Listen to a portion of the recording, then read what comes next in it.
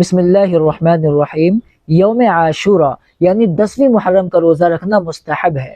رمضان المبارک کے علاوہ باقی جو 11 مہینے ہیں ان 11 مہینوں کے روزوں میں محرم کی 10ویں تاریخ کے روزے کا سب سے زیادہ ثواب ہے، اور صرف اس ایک روزے کی وجہ سے پچھلے 1 سال کے صغیرہ گناہ معاف ہو جاتے ہیں۔ اب سوال یہ پیدا ہوتا ہے کہ کیا صرف 10ویں محرم کا روزہ رکھ سکتے ہیں یا اس کے ساتھ 9ویں اور 11ویں کا روزہ رکھنا ضروری ہے؟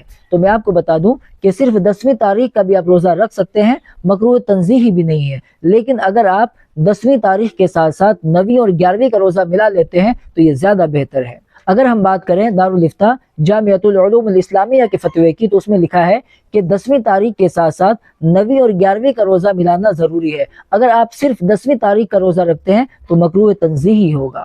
لیکن اگر ہم بات کریں دارالافتاء دارالعلوم دیوبند کی تو اس فتوے کے پیش پہ لکھا ہوا ہے کہ اگر صرف اکیلا 10ویں محرم کا روزہ رکھا جائے تو مکروہ تو نہیں، لیکن 10ویں تاریخ کے ساتھ ساتھ 9ویں یا 11ویں کا روزہ رکھ لینا یہ بہتر ہے۔ اس میں صرف بہتر کی بات کی گئی ہے، اور اگر کوئی صرف اکیلا 10ویں محرم کا روزہ رکھا جائے تو کہا گیا مکروہ بھی نہیں ہے۔ تو آپ جیسے چاہیں عمل کر سکتے ہیں، انشاءاللہ آپ کو پورا ثواب ملے گا۔ رسول اللہ صلی اللہ علیہ وسلم نے ارشاد فرمایا کہ عاشورہ کا روزہ مجھے اللہ کی رحمت سے امید ہے کہ 1 سال کے گناہوں کا کفارہ ہے۔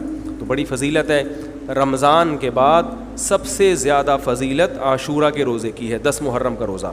حدیث میں آتا ہے کہ آپ نے حکم دیا 2 روزے ملا کے رکھو، کیونکہ یہودی جو تھے وہ 1 روزہ رکھتے تھے، صحیح ہے نا؟ تو یہودیوں سے مشابہت سے بچنے کے لیے ہمیں حکم دیا کہ اس کے ساتھ ایک اور روزہ ملائیں۔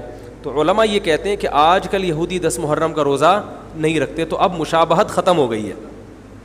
تو اگر کوئی 9، 10 یا 10، 11 کا رکھ لے تو اچھی بات ہے، نہیں تو صرف 10 محرم کا بھی رکھ لے تو بھی انشاءاللہ پورا ثواب ملے گا، کیونکہ اب اس میں مشابہت رہی نہیں ہے۔